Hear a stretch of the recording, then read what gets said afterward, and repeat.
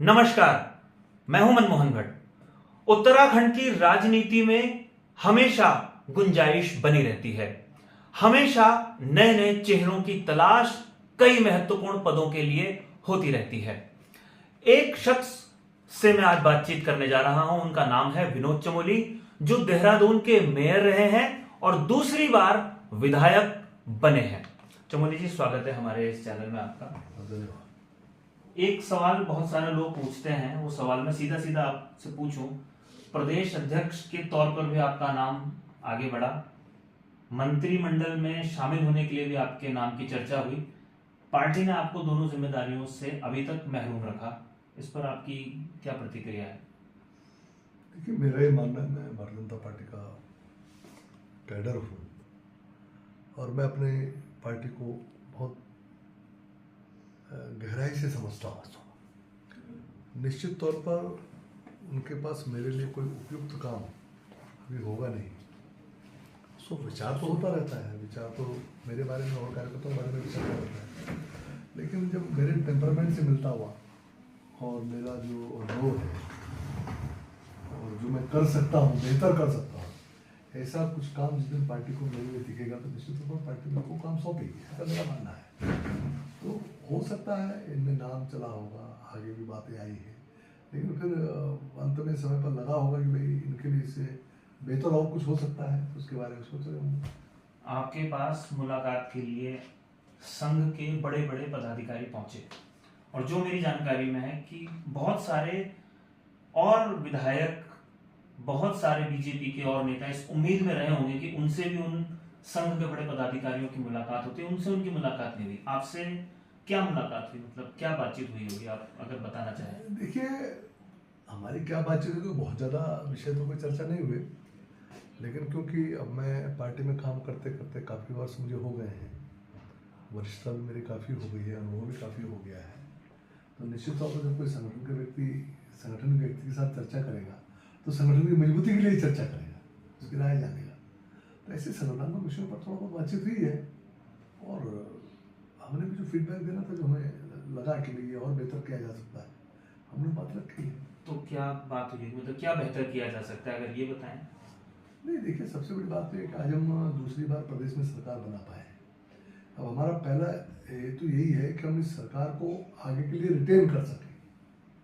अभी लोकसभा हम 5 सीटें बड़ी बढ़त के साथ जीत सकें। आगे भारतीय जनता पार्टी उत्तराखंड में कैसे अजेय बने, इसके लिए कुछ करने की आवश्यकता है। इसी तरह से तमाम कार्यकर्ता हैं जो काम कर रहे हैं, तो उपयुक्त व्यक्ति के लिए उपयुक्त कार्य के लिए उपयुक्त व्यक्ति, इसका चयन करना, ये भी एक बड़ा काम है। तो इन सारे विषयों पर सामान्य तौर पर जब संगठन लोग बैठते तो चर्चा होती है और उसमें से कुछ चीज़ें छनकर निकलते हैं, बाद में आगे चल के निर्णयों में बदलते हैं। कई लोग ये बात कह रहे हैं कि जो लोकसभा चुनाव होंगे उसमें आप भी एक बड़े दावेदार हैं। आपका मन टटोला गया है या आपने अपनी बात रखी है? जैसे कुछ लोगों से हमारी बात हुई है, वो कहते हैं कि हमने अपनी दावेदारी पेश करी है। आपने अपनी दावेदारी पेश करी है या आपके पास कोई सुझाव आया है या पार्टी की तरफ से बोला गया है कि आप भी सोचिए इस बारे में? देखिए, मैं कभी कोई दावा नहीं किया करता, क्योंकि किसी भी सीट पर हर कार्यकर्ता का बराबर अधिकार है। हाँ, पार्टी जहाँ मुझे उपयुक्त समझती है मुझे वहाँ लड़ाती है, और प्रभु की कृपा रही, पार्टी का आशीर्वाद रहा, हर जगह मैंने परिणाम दिए हैं, सभी चुनाव मैंने आज तक जीते हैं। जिस दिन पार्टी को लगेगा कि किसी सीट पर मेरी उपयोगिता है, मैं चुनाव जिता कर दे सकता हूँ, तो पार्टी मुझे वहाँ लड़ाएगी भी, क्योंकि मेरा वो प्रोफाइल है। पार्टी चाहेगी तो लड़ाएगी समय पर। लेकिन आपका जो क्षेत्र अगर बनता है, अगर आपका जो क्षेत्र बनता है, तो कौन सा क्षेत्र आपको दिखाई देता है कि टिहरी है? देखिए, पौड़ी गढ़वाल, मेरे लिए तो सभी सीटें ठीक है। हरिद्वार पर मैं रहता हूँ, जहाँ मैं विधायक हूँ इस समय। टिहरी पर मेरा घर है, जहाँ मेरा आवास है, और पूरे देहरादून की राजनीति में इतने वर्षों से मैं सक्रिय हूँ, उसमें टिहरी का बहुत बड़ा हिस्सा है, देहरादून जिला ही है। पौड़ी का, मैं चमोली मेरी जाति है, आप समझ ही सकते हो, पौड़ी का मैं निवासी हूँ। तो प्रभु की कृपा है मेरे ऊपर कि जहाँ भी संगठन, जहाँ कम वहाँ एक संघ का सूत्र है। मतलब आपने तो बात बिल्कुल त्रिवेंद्र सिंह रावत जैसी कर दी, वो भी ये तीन बातें। उनका भी ठीक बात है। मैं त्रिवेंद्र सिंह रावत तो प्रदेश के मुख्यमंत्री रहे हैं, तो उनको तो किसी भी सीट पर कैसे लड़ाया जा सकता है, क्या दिक्कत है उसमें? अगर इन 3 सीटों में से आपको प्रमुखता सोची जाएगी कि आप अपनी प्रायोरिटी बताइए, आपकी प्रायोरिटी क्या हो सकती है? देखिए, काम की दृष्टि से मेरा जो अधिक कार्य है वो है टिहरी में, क्योंकि देहरादून में मेयर और नगर पालिका अध्यक्ष सभासद रहने के नाते एक धर्मपुर विधानसभा छोड़ के बाकी सब तो टिहरी का हिस्सा है। तो बहुत लंबे समय तक मैंने उसमें काम किया है और टिहरी जिले और उत्तरकाशी से मेरा पहले भी संबंध रहा है। मैं काफ़ी टिहरी जिले का 91 में चुनाव अधिकारी तक रहा पार्टी का, तो उत्तरकाशी में मोट तो कुल मिला के देहरादून में काम करने के नाते मैं कह सकता हूँ कि मतलब आपकी दावेदारी टिहरी से ज्यादा मजबूत है? मेरी दावेदारी नहीं है, लेकिन निश्चित तौर पर मुझे अधिक समर्थन मिल सकता है। खुल के बोलिए सर। मुझे अधिक समर्थन मिल सकता है अधिक समर्थन। अगर पार्टी मुझे लड़ाएगी, लेकिन वहाँ पर हमारी सिटिंग सांसद बैठी हुई है, 3 लाख से अधिक मतों से जीती है, महिलाओं को हम प्राथमिकता दे रहे हैं। तो अगर वो इतने अगर वो 3 लाख से ज्यादा वोटों से जीती हैं, लगातार जीतती हैं, तो पार्टी उनके विकल्प की तलाश क्यों कर रही है? कहाँ कर रही है? ये तो मीडिया ने बना रखा है, पार्टी ने भी कुछ कहा क्या? नहीं, पार्टी ने कहा कुछ नहीं, लेकिन पार्टी के अंदर तो चर्चा हुई है। विकल्प दावेदार स्वयं को आगे प्रस्तुत करते हैं, तो लगता है कुछ संभावनाएं बन रही है, ऐसा तो रोमान लगता है। मीडिया को सब्जेक्ट चाहिए, तो मीडिया 2-4 दावेदार पैदा करके स्टोरी सुना चला चालू कर देता है, तो उससे लगता है कि शायद कुछ हो रहा है। लेकिन मुझे बताइए ना कि एक सिटिंग सांसद वहाँ से लगातार 3री बार जीती हुई है, 3 लाख से अधिक मतों से जीती हुई है, महिला आरक्षण का विषय कितना प्रमुखता से इस समय पूरे देश के अंदर चल रहा है, तो इन परिस्थितियों में उनका टिकट क्यों कट्टा चुका? मुझे समझा नहीं इस बात को, मुझे तो समझ में आता नहीं है। मतलब उनका टिकट, ये भी तो हो सकता है कि पार्टी उनका टिकट काट के किसी और महिला को किसी और सीट से टिकट दे। नहीं, पार्टी करे मैं नहीं जानता, लेकिन अगर मैं निर्णायक हूँ तो मैं किसी भी कीमत पर बदलने की स्थिति में नहीं रहूंगा। तो ये सारी बातें जो आपने अभी हमसे कही हैं, ये सारी बातें भी आपके संगठन या आरएसएस के जो प्रमुख पदाधिकारी उनके साथ यही सारी चीजें डिस्कस हुई हैं? जी, कि कोई बात आएगी तो करेंगे। अभी तो नहीं, जो मीटिंग हुई है अभी, नहीं, ऐसा कोई बहुत गंभीरता से विषय को नहीं लिया गया, लेकिन कोई समय आएगा तो बात करेंगे। लेकिन फिर भी जैसे आपने पूछा कि मेरा उपयोग कहीं भी किया जा सकता है, हालांकि भी कोई ऐसी आवश्यकता भी नहीं है, मैं विधायक तो हूँ, पार्टी आगे मेरा उपयोग करेंगे। अच्छा, आपके नाम की चिट्ठी एक जारी हो गई थी जब प्रदेश अध्यक्ष की चर्चा हो रही थी, उसके बाद उस चिट्ठी को विड्रॉ किया गया और कहा गया कि ये हमारे कार्यालय से नहीं जारी हुई है। कभी चर्चा हुई इस बारे में कि चिट्ठी कैसे जारी हुई, क्या उससे आप दावेदार थे या नहीं थे? मैं बड़ा क्लियर कर दूं, दावेदार तो मैंने आपको बताया ना कि मेरी वरिष्ठता इतनी हो गई है, मेरा प्रोफाइल इतना स्ट्रॉन्ग है कि किसी भी पद पर कभी भी कोई चर्चा होगी तो विनोद चौधरी को माइनस करके नहीं हो रही होगी, तय है। इतना तो मुझे अपने संगठन पर विश्वास है। निर्णय नहीं हो पाते हैं वो अलग सब्जेक्ट है, क्योंकि सभी लोगों जो चर्चा होती होगी तो हमारे लिए उपयुक्त स्थान देख के निर्णय होगा। नहीं कोई उपयुक्त लगेगा तो हम विधायक तो हैं, अपना काम तो कर ही रहे हैं, पार्टी का काम तो चल ही रहा है। जहाँ तक अध्यक्षता वाला प्रश्न था, तो एक चिट्ठी वो वायरल हुई थी, मुझे भी मीडिया से पता चला कि ऐसे करके कुछ हुआ। जब मैंने जानकारी प्राप्त की तो कोई उसमें तथ्य सामने आए नहीं। फिर मैंने जांच की बात की, लेकिन क्योंकि वो कंट्रोवर्शियल मैटर था, जिस मैटर में कंट्रोवर्सी खड़ी हो जाए उसको मैं कार्यकर्ता के नाते मैं उसको आगे नहीं बढ़ा सकता, मैंने उसको आगे बढ़ाया नहीं, उसको वहीं समाप्त किया ताकि पार्टी का उसको नुकसान ना हो। इस मुद्दे पर मेरा आखिरी सवाल ये है कि चलिए वो विवादास्पद हो गया था, इसलिए आपने उस मुद्दे को आगे बढ़ाया नहीं। क्या प्रदेश अध्यक्ष बनने के नाम पर जब चर्चा हो रही थी तो आपका नाम था, आपकी मुलाकातें होनी शुरू हुई थी? देखिए, मैं किससे अपने लिए मिलता नहीं हूँ, और नहीं मतलब आप मिलते नहीं है, लेकिन इस बारे में चर्चा हुई। स्वभाव भी आग्रही है नहीं, मेरा आग्रही स्वभाव नहीं है, लेकिन निश्चित तौर पर जब यहाँ तक बातें गई तो बिना चर्चा के तो गई नहीं, ये तो आप समझ सकते हैं। जी, आप मेयर रहे, उसके बाद आप विधायक हैं, आपको मंत्री नहीं बनाया गया, ये हम सारे लोगों ने देखा है। मैं ये जानना चाह रहा हूँ, विधायक बन के ज़्यादा खुश हैं या मेयर बन के काम करने का ज़्यादा मौका था? देखिए, ऐसा है, मेयर के नाते मैं देखिए 1 बार अध्यक्ष रहा, 2 बार मेयर रहा, तो 3 कार्यकाल, 3 बार मैं समझो पोर्टफोलियो पर रहा। उसके बाद मैं मेयर काउंसिल का ऑल इंडिया अध्यक्ष बना, ऑल इंडिया पैनलिस्ट रहा मेयर के नाते गवर्नमेंट का। उससे आगे जाने की कोई स्थिति उसमें थी नहीं। शहर में मैंने बहुत सारे प्रयोग किए, आज भी शहर उस पर चल रहा है, तो मुझे कहीं ना कहीं एक लंबी लाइन खींचने की आवश्यकता थी, कि मुझे लगता था कि शहर में मैं जो कर पा रहा हूँ, जितना मेरा अनुभव निकल कर आया है, इसका बड़े स्तर पर उपयोग होना चाहिए, ऐसा मुझे लगता था, वो मेरा सोच है। तो उसके नाते क्योंकि मेयर में सिचुएशन था, उसके आगे कोई रास्ता था नहीं, तो फिर मुझे लगा कि मुझे विधानसभा की ओर जाना चाहिए, ताकि वहाँ, और पार्टी ने मेरी बात को शायद समझा भी है, तो इसलिए मुझे विधानसभा भी दिया ताकि मैं और अधिक कुछ कर सकूँ। लेकिन ये बात सही है कि मेयर का कार्यक्षेत्र बड़ा था, मेयर में मैं इंडिपेंडेंट काम कर ले रहा था, इंडिपेंडेंट निर्णय कर सकता था। विधायक में वो स्थितियाँ नहीं है। विधायक में तो आपको निश्चित तौर पर कोई भी काम कराना है तो आपको सरकार से ही कराना होगा, सिस्टम से ही कराना होगा। सिस्टम को आप कंट्रोल नहीं कर रहे हैं एज ए विधायक, सिस्टम को सरकार कंट्रोल करती है। लेकिन मेयर के नाते आप सिस्टम को भी कंट्रोल कर रहे थे अपने, क्योंकि वो self government, local self government कहा जाता है, तो वो उसमें काफ़ी कुछ करने को था। मैंने किया भी, उस रात तमाम पॉलिसीज तक मैंने बनाई जो पॉलिसीज बाद में गवर्नमेंट ने अडॉप्ट की।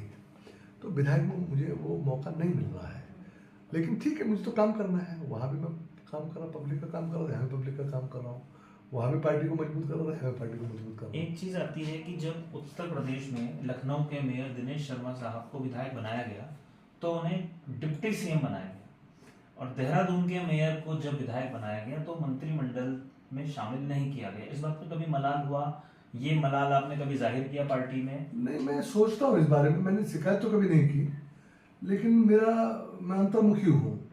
मैं स्वयं के बारे में सोचता हूँ कि ऐसी कहाँ मुझसे गलतियाँ हो गई या कुछ गड़बड़ हो गई कि मेरे इतना लंबा समय होने के बाद भी, इतना काम होने के बाद भी, और मैं कंसिडरेशन में नहीं आ पा रहा हूँ। तो कहीं हो सकता है मेरे अंदर कोई कमी हो जिसको मैं समझ नहीं पा रहा हूँ, ये भी संभव हो सकता है।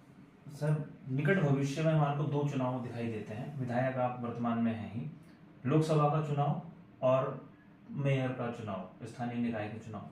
कौन सा चुनाव लड़ने में आपकी दिलचस्पी ज्यादा होगी या प्राथमिकता किसे देंगे, अगर मतलब आपसे राय पूछी जाए? मेयर का तो विषय नहीं रहा, क्योंकि मैं वहाँ से निकल कर आ चुका हूँ, बहुत लंबा टाइम हो गया, और वो वापसी का कोई कारण बनता नहीं है।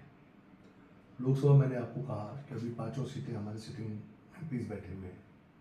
ये सिर्फ एक वातावरण बनाने वाली बात है कि लोग वातावरण बना रहे हैं, सब कोई भी आ सकता है, कोई भी आ सकता है, लेकिन मुझे ऐसे नहीं लगता है, क्योंकि सभी सीटों पर हमारे मजबूत कैंडिडेट हैं और वर्षानुवर्ष चले आ रहे हैं। हमने संजय भी 2 बार बन गए, आपके महाराणा 3 बार हो गई हैं, अजय टंडन 2 बार हो गए हैं, तीरथ जी पहली बार जरूर हुए लेकिन मुख्यमंत्री रहे हैं, तो भी एक बड़ा स्ट्रेचर तो है ही है। अजय बड़जाज केंद्रीय में मंत्री हैं, प्रदेश में मंत्री रहे, एक बड़ा नाम है, अध्यक्ष है। तो ऐसे बड़े नाम है हमारे पास जो ऑलरेडी इन सीटों पर हैं, तो बदलने का कोई कारण मेरे समझ में आता नहीं। माहौल भी ठीक है, हम 5 सीटें रिटेन करने की स्थिति में हैं, तो मैं नहीं समझता कि कोई बदलाव की कोई मुझे उम्मीद दिख रही है या कोई बदलाव की आवश्यकता दिख रही है। हाँ ठीक है, अगर बदलाव नहीं होगा तो दूसरों को मौका कैसे मिलेगा? कोई जो मौका तो कार्यकर्ता है ना, वो भी है। कोई मौके थोड़ा हम तलाश रहे हैं, हम तो संगठन में काम कर रहे हैं, हम पब्लिक का काम कर रहे हैं, हम अपने मौकों के लिए नहीं काम कर रहे हैं। हम तो भाजपा के लिए मौके तैयार कर रहे हैं कि भाजपा केंद्र में सरकार दोबारा बना जाए, तीसरी बार उसका मौका तलाश रहे हैं, तो उसके लिए हमें सबको जिता के भेजना होगा।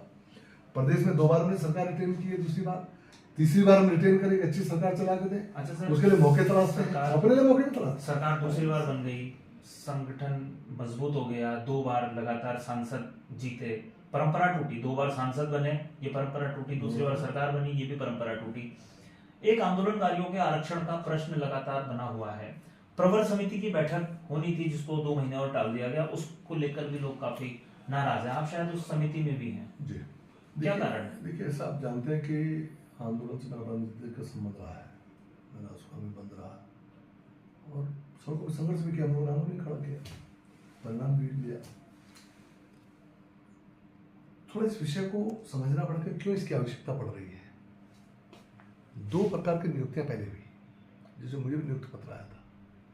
जो लोग 7 दिन और 7 दिन से ज़्यादा जेल में रहे थे, उनको डायरेक्ट नियुक्तियों के पत्र आए थे। तो लोगों में लगभग 400 के लगभग लोग होंगे जो डायरेक्ट नियुक्ति के हुए होंगे उस समय। उसके बाद एनडी तिवारी जी के टाइम की बात है, एनडी तिवारी जी ने फिर एक जियो के माध्यम से ये जो 10% क्षैतिज आरक्षण वो लागू किया। बाद में हाई कोर्ट में लोग चले गए, हाई कोर्ट ने उसको क्वैश कर दिया, क्योंकि वो कानून नहीं था, वो जियो के माध्यम से आरक्षण दिया जा रहा था जो नहीं दिया जाना चाहिए, उनका ऐसा कहना था, तो वो क्वैश हो गया। उसके कारण लगभग 1700 लोगों के नौकरियों पर आवेदन हुआ। पहला विषय तो ये था। फिर हरीश रावत जी की सरकार में विधानसभा से प्रस्ताव पास होकर राज्यपाल को चला गया, राज्यपाल के यहाँ पेंडिंग पड़ा रहा, अंतो ये वापस हो गया। अब 2 स्थितियां बनी, एनडी तिवारी जी ने आरक्षण का विषय लिया, 10% क्षैतिज आरक्षण दिया, हाईकोर्ट ने क्वैश कर दिया, उसको ठीक करने के लिए हरीश रावत जी ने विषय को आगे बढ़ाया, राज्यपाल तक गया, राज्यपाल ने फिर रिजेक्ट नीचे भेज दिया। तो दोनों स्थितियों में हमारे जो 1700 लोग हैं उनकी नौकरियां खतरे में आ गई, और वो बाकायदा वो आज की डेट में वो तैयार है, अगर सरकार का दबाव न हो तो नौकरी निकाल दी जाएंगे लोग, तो हम लोगों को कारण बचे रहे। तो हमारा पहला एम ये है कि उन 1700 लोगों को बचाएं। तो जब ये विधानसभा में मसला आया, जब मेरे सामने विषय आया, तो मैंने कहा भाई इसको व्यापक अध्ययन करने की जरूरत है, इसको और व्यापक और प्रभावी बनाने की जरूरत है। और ऐसा नहीं कि मैं ऐसे प्रस्ताव पास करके भेजे, कल फिर राज्यपाल के यहाँ से टर्न होकर नीचे आ जाए, क्योंकि हम भुक्तभोगी हैं। हाईकोर्ट में कोई चैलेंज कर सकता है, कोई कमी रह जाएगी तो वहाँ हमको दिक्कत आएगी। तो हम इन सारी वैधानिक कठिनाइयों को दूर करते हुए फिर आगे बढ़ना चाहते हैं। तो इस पर जब प्रवर्तन समिति में विषय आया, तो सबसे पहले उन लोगों को हमको बचाना है जो ऑलरेडी सर्विस कर रहे हैं। एक प्रयास हमारा ये भी है कि जो लोग उस समय जिनकी नियुक्तियां हो गई लेकिन वो नियुक्त हो नहीं पाए, चयन तो हो गया, अच्छा, नियुक्तियां नहीं मिली, 30-40 केस हो गई ऐसा है, उनको कैसे हम सेव कर सकते हैं, कैसे इसमें इंक्लूड कर सकते हैं, उसका विषय हमारे पास ये है। तीसरा विषय ये कि जो 10% आरक्षण उसको कैसे आगे कंटिन्यू कर सकते हैं, आरक्षण में थोड़ा उसको और व्यापक कैसे बना सकते हैं, ये विषय भी उसमें है। तो ये सारे विषय उसमें जुड़ रहे हैं। अब क्योंकि हमने एज इट इज जो प्रस्ताव था उसको स्वीकार नहीं किया है, अगर हम एज इट इज करते तो प्रवर्तन समिति पहली बैठक में उसको क्लियर कर रही होती। हमने कुछ और विषय उसमें ऐड किए हैं, जोड़े, उसको और व्यापक बनाने का, प्रभावी बनाने का हमारा प्रयास है, ताकि फूल प्रूफ व्यवस्था बन जाए, आगे अधिक लाभ हम आंदोलनकारियों को दे सकें। तो उसमें प्रवर्तन समिति को बैठकें करनी पड़ती है। अभी जो फाइनल हमारी बैठक हुई उसमें कुछ विषय आए थे चर्चा में, जो मैं ओपन तो नहीं कर सकता प्रवर्तन समिति, लेकिन उसकी वैधानिकता का परीक्षण चल रहा है कि वैधानिक तौर पर वो फूल प्रूफ व्यवस्था बन जाए। ऐसा प्रस्ताव, ऐसा हम अधिनियम ले आए कि ताकि भविष्य में चैलेंज न हो सके, लोगों को अधिक से अधिक लाभ उसका मिल सके। उसके कारण थोड़ा समय लग रहा है, और मेरा ये मानना है कि आंदोलनकारियों को थोड़ा सा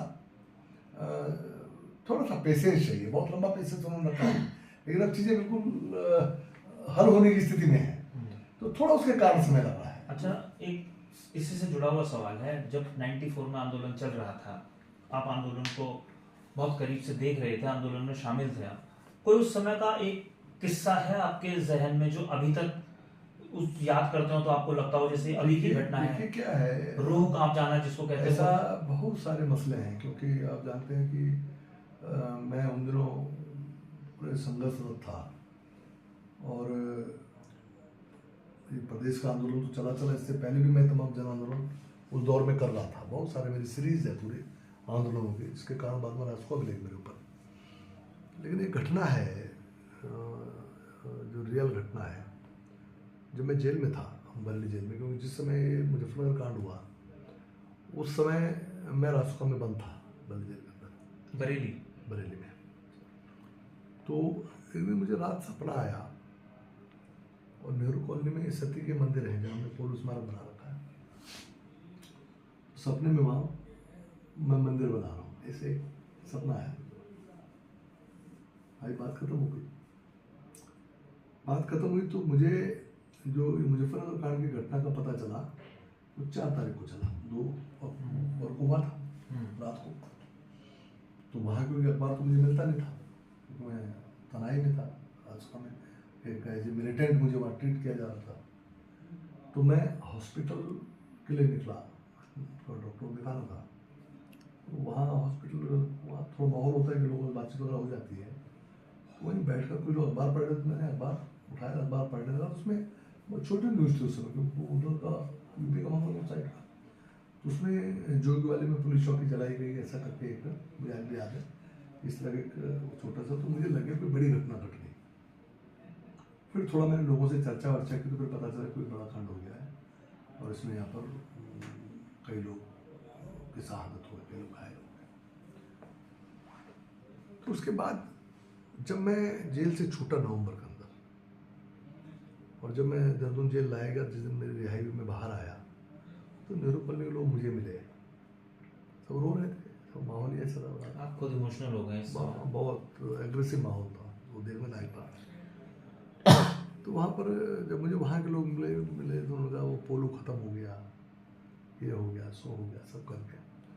और वहीं पर लोगों ने उन्हें कहा कि हमने तय किया है कि जहाँ सती के मंदिर है वहाँ पर पोलो का स्मारक बनना है। तो मैं उस घटना को जब जोड़ता हूँ कि मैं रात को वहाँ मंदिर बना रहा हूँ और बाहर आके मुझे वहाँ पर पोलो का स्मारक बनाना पड़ा, उस घटना ने मुझे आज भी वो मेरे जहन में घूमती है कि कैसा माहौल था। काफ़ी टफ माहौल था। मुझे एक घटना और याद आती, मैं सवेरे नाश्ता कर रहा था, उसी दौरान हमारे नोएडा जो हमारे मित्र थे, रिश्ते में भी थे, वो LIC के एजेंट थे, तो मेरे घर आए, हम खाना खा रहे थे, फिर विनोद तुम बीमा करा लो, तुमको ये सब तुम बीमा करा लो, खाने के टेबल बैठे। मैं क्यों? कह रहा तेरा भरोसा तो कुछ है तो कल मार दिया जाएगा। वो बोलने में बड़े रफान में थे, तो कल मार दिया जाएगा, तेरे 20 बच्चों को कुछ तो मिलेगा। आपको ताजुब होगा, मैं कन्विंस हो गया, मैंने फिर बीमा कराया अपना। मैं कहा मेरे इनकाउंटर का आदेश से मुझे गोली मार दी जाएगी, तो 20 बच्चों को 3 लाख का बीमा कराया, मैंने कहा 3 लाख रुपये तो मिलेंगे कम से कम। बाद में जब स्थितियाँ सामान्य होगी, मैंने उसकी किस्तें भी नहीं दी, वो वैसे ही खत्म हो गया। लेकिन माइंड सेट की बात बता रहा हूँ कि उस लेवल तक माइंड बना हुआ था कि अगर हमारा काउंटर भी हो जाता है, हमको मरना भी पड़ता है, तो हम उसके लिए भी तैयार थे, बीमा कराया उसके लिए। तो ये बात बहुत इमोशनल आपने कर दी। बड़ी वैसी चीजें हैं, है ना। मैं ये एक बात और जानना चाह रहा हूँ कि जो उस समय सोचा, उसके बाद जो उत्तराखंड बना, और उत्तराखंड बनने के 23-24 साल बाद की जो स्थिति है, वो आपको लगता है सामान्य हो गई है या इसमें गड़बड़ी हो गई है, सिस्टम में कमियां आ गई है? देखिए ऐसा है, ये बड़ा गंभीर विषय है। ये मेरा एक्सपीरियंस बहुत मतलब खराब अनुभव मेरे रहे हैं राज्य बनने के बाद। राज्य शहादतों के बाद बना, बड़े संघर्षों के बाद बना। ये भी हुआ कि उन्हीं में से कुछ संघर्ष के जो साथी थे वो हमारे सरकारों में भी आए, लेकिन वो उत्तराखंड के प्रति उतना ईमानदार रह पाए, ये मैं नहीं बोल पा रहा हूँ। किसकी तरफ इशारा कर रहे हैं? क्योंकि सरकारों में आने के बाद जिस प्रकार के सरकारों में करप्शन हुआ है, सिस्टम में करप्शन बढ़ा है, तो कहने का उसका शिकार तो हमारा आदमी हुआ है, प्रदेश का नागरिक हुआ है। ज्यादातर शासन तो बीजेपी ने किया है। नहीं, किसी ने भी किया हो। मैं अबाउट द पॉलिटिक्स बात कर रहा हूँ, as Uttarakhand. whoever he is, either he is from BJP or Congress, उन्होंने कभी भी, मैं नहीं समझ पा रहा हूँ, बहुत ईमानदारी के साथ काम किया हो। लोगों ने अपनी गरीबी तो दूर की, लेकिन उत्तराखंड की गरीबी को किसी ने ध्यान नहीं किया। ईमानदारी के साथ करा। ज्यादा बड़ा इस बात से दोषी किसे मानते हैं? मैं आहत हूँ इस बात से बहुत। पर दोषी कोई तो होगा ना, ज्यादा बड़ा दोषी कौन तो है? सब है, सिर्फ पॉलिटिशियन दोषी नहीं है। उन पॉलिटिशियनों से गलत काम करवाने वाले उतने दोषी हैं। मतलब उन पॉलिटिशियन से किसने गलत काम कराया? एक बात बताइए ना, हाईकमान ने? कोई अगर पैसा देने जा रहा है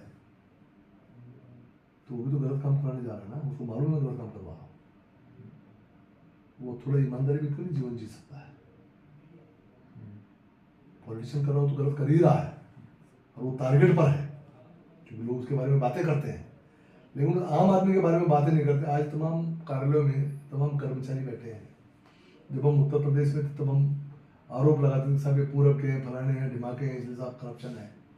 आज तो हमारे अपने, अगर फाइल खिसकाने के लिए पैसे खा रहा तो कोई चमोली खा रहा, कोई बोगड़ा खा रहा, कोई नेगी खा रहा, कोई रावत खा रहा। कौन दे रहा हो पैसा? कौन कर रहा हो बेईमानी? अगर बेईमानी करवा रहा हो तो कौन करवा रहा? हमारा अपना नागरिक करवा रहा है, हमारा अपना आदमी करवा रहा है। दूसरे के राइट मारो तो कौन मार रहा है? क्यों? हम ही है ना, इस प्रदेश में तो हम ही हैं। हम बार बार दोस्त ले नहीं सकते। कौन कर रहा है सर? ये हम लोग तो कर रहे हैं। तो ये व्यवस्था दूर, मतलब ठीक कैसे होगी ये व्यवस्था? मतलब आप लोगों को तो ठीक करने भेजा है ना। देखिए इसको ठीक करने के लिए तो बहुत हार्ड होना पड़ेगा, पहले खुद ठीक होना पड़ेगा। जो सिस्टम चला रहे हैं उनको भी ठीक होना पड़ेगा, और उसके बाद स्वाभाविक बात है, जब आप खुद ठीक होंगे तो बाकी लोग आपसे ठीक चलना चाहेंगे। नहीं चलेंगे तो पेनलाइज किए जाएंगे, पनिश किए जाएंगे। लेकिन ये बड़ा विषय है, ये बड़ा गंभीर विषय है। ये आगे के लिए देखो, कई बार लोग कहते साहब उत्तराखंड को क्या मिला। ऐसा नहीं कि उत्तराखंड को कुछ नहीं मिला। राज्य बनने बाद से बहुत डेवलप हुआ है, हमने बहुत काम किया है, लेकिन कुछ को मिला, कुछ को नहीं मिला। ये तो कह सकते हैं ना, नहीं कह सकते। जो तो होशियार है, तेज है, उसको हम चकड़ैत कहते हैं दूसरी भाषा में, चकड़ैत बोलते हैं।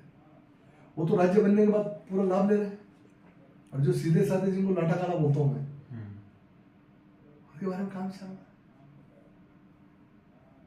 मेरे काम का तरीका भी यही है, लाटे काले मेरे हवाले।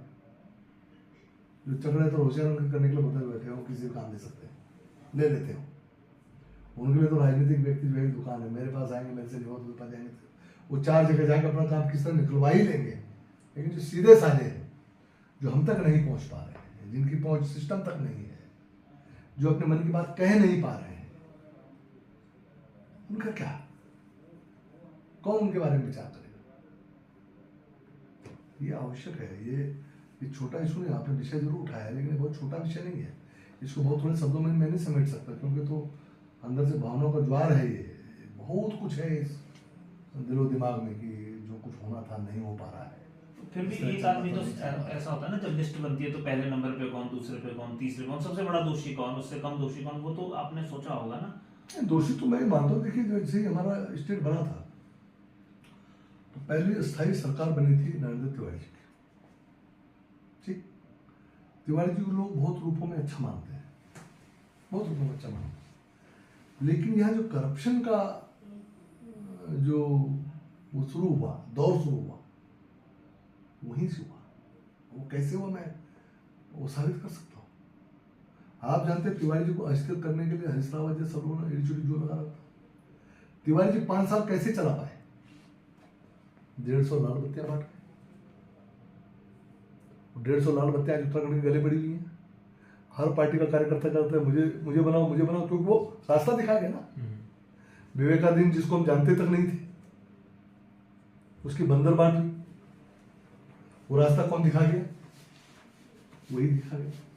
मतलब एन के एन प्रकार सरकार चलती रहे, चाहे सरकार का पैसा डूबता जाए, चाहे हमको गलत लोगों को संतुष्ट करना पड़े। ये जो वर्क कल्चर खराब हुआ है, यूपी का जो वर्क कल्चर इनहेरिट किया, जिस वर्क कल्चर के खिलाफ हम लड़े थे, उस वर्क कल्चर को, क्योंकि वो यूपी के मुख्यमंत्री भी रहे थे, तो यूपी से वर्क कल्चर लेकर कौन आया उत्तराखंड के अंदर? बताओ मुझे। अस्थायी सरकार तो ही थी, बाकी तो बहुत थोड़ी सरकार थी। हमारे नित्यानंद स्वामी जी थोड़े समय के लिए रहे, उसके बाद कुछ इलेक्शन ही आ गए थे, तो ज्यादा समय तो लोगों को मिला नहीं। जो अस्थायी व्यवस्था बननी थी उन 5 सालों के अंदर बननी थी। तो मुझे यूपी का वर्क कल्चर जिसको आज हम भोग रहे हैं, हम उत्तराखंड का अपना वर्क कल्चर डेवलप नहीं कर पाए, उसका कारण क्या रहा? उस समय भी आप देखो यूपी के बहुत सारे लोग ऐसा सक्रिय थे, लेकिन उसके बाद उस वर्क कल्चर के खिलाफ तो प्रदेश की जनता ने बीजेपी को चुना, तो बीजेपी की जो सरकार थी वो उस वर्क कल्चर को ठीक नहीं कर पाई। देखिए क्या है, खंडूरी जी के टाइम पे प्रयास हुए, ऐसा नहीं हुए, लेकिन उनकी शक्ति को लोगों ने जो है नकार दिया, 5 सीट हरवा दी हमको। कौन दोषी था उसके लिए? उसके बाद खुद खंडूरी जी को हरवा दी। कौन दोषी थे? हमने पहले के वर्क कल्चर को ज्यादा बेहतर समझा, जो सिस्टम बना रहा था उसको खराब समझा। तो जब आप ऐसे एग्जाम्पल्स रखेंगे तो चीजें बिगड़ेंगी ना, बिगड़ेंगे ना। एक सवाल बार बार आता है, और अगर आप, हमारी जो ऑडियंस है वो मेरे से लगातार एक सवाल पूछती है मूल निवास को लेकर। हमने एक पूरी सीरीज मूल निवास पर चलाने की कोशिश की, वो मूल निवास कहाँ गया? अब हमारा जो लोग कहते हैं कि स्थायी निवास बनता है, मूल निवास की जो कॉन्सेप्ट है वो खत्म हो गया है, वो उसको आप कैसे देखते हैं और उसमें बदलाव के लिए क्या आप प्रयास करेंगे? आप सिस्टम में आप हैं। ऐसा ना, आपको मूल निवास को लेकर थोड़ा गंभीर तो होना पड़ेगा। उस समय जो परिस्थितियां थी उसमें 85 का मानक बनाकर उसको चला दिया गया, और अस्थायी निवास और मूल निवास दोनों एक साथ ही घालमेल हो गया। हमको उसको भी कैटेगराइज करने की जरूरत थी। मूल निवास को कैटेगराइज करना था, अस्थायी निवास को कैटेगराइज करना था, ठीक है ना। तो हम ये भी कर सकते थे कि अस्थायी निवास में यदि कोई यहाँ पैदा हो रहा है, तो मान लीजिए आप बाहर से हैं, आप हमारे यहाँ अस्थायी निवास है, कोई दिक्कत नहीं। मैं मूल निवासी को मैं गढ़वाल से पूरी हूँ, मेरा पैतृक पूरी हिस्ट्री है, लेकिन आपका बच्चा यहाँ पैदा हो गया तो फिर वो यहाँ का मूल हो गया, क्योंकि उसकी पैदाइश से है। इस पैटर्न पर तमाम कंट्रीज की सिटीजनशिप भी चलती है। अब हम कंट्री तो नहीं है, लेकिन स्टेट है, तो उसको भी अडॉप्ट करके और मूल निवास को हमको मजबूत करना चाहिए, मेरा ऐसा मानना है। ताकि सामंजस्य बना रहे। किसी ये भी नहीं कि सर हमारे साथ बिल्कुल अन्याय हो रहा है। इसकी कोई कट ऑफ भी सोचनी पड़ेगी ना कि कब से इसको लागू करना होगा। भाई मूल निवास की कोई कट ऑफ हो ही नहीं सकती। 1950 मूल निवास तो ये हो गया कि जब से हम पैदा है भाई मेरा तो इनहेरिटेड है। हाँ, जो यहाँ का पैदा है उसको आपको मूल निवास उसका मूल मानना पड़ेगा, उसको मूल मानना पड़ेगा। अब मेरी पैदाइश कब की है, मैं तब का मूल हूँ। मेरे दादा की पैदाइश तब की, मैं तब का मूल हूँ। एक की पैदाइश जब की वो आपका मूल है, मानते ना। तो ये कैटेगरी अलग बनानी पड़ेगी। और ये एक्सरसाइज है बड़ी, और इस एक्सरसाइज को सबको साथ लेते हुए फिर आगे बढ़ा जाता तो अच्छा होता मेरा ऐसा। चलिए, तो चमोली साहब से बहुत सारे राजनीतिक और सामाजिक विषयों को लेकर हमने चर्चा की। चमोली साहब ने बड़े बेबाक अंदाज में सवालों के जवाब दिए हैं। एक बात जो हमको समझ में आई है, उनका उपयोग बीजेपी शायद अभी तक ठीक से नहीं कर पाई है, और ऐसी उम्मीद दिखाई दे रही है चमोली साहब को खुद भी कि भविष्य में उनको किसी नए रूप में पार्टी प्रस्तुत जनता के सामने करे। अभी के लिए साथियों इतना ही। अगले रिपोर्ट में, अगले इंटरव्यू में आपके सामने फिर से मैं हाजिर हूंगा। तब तक इजाजत दीजिए। नमस्कार।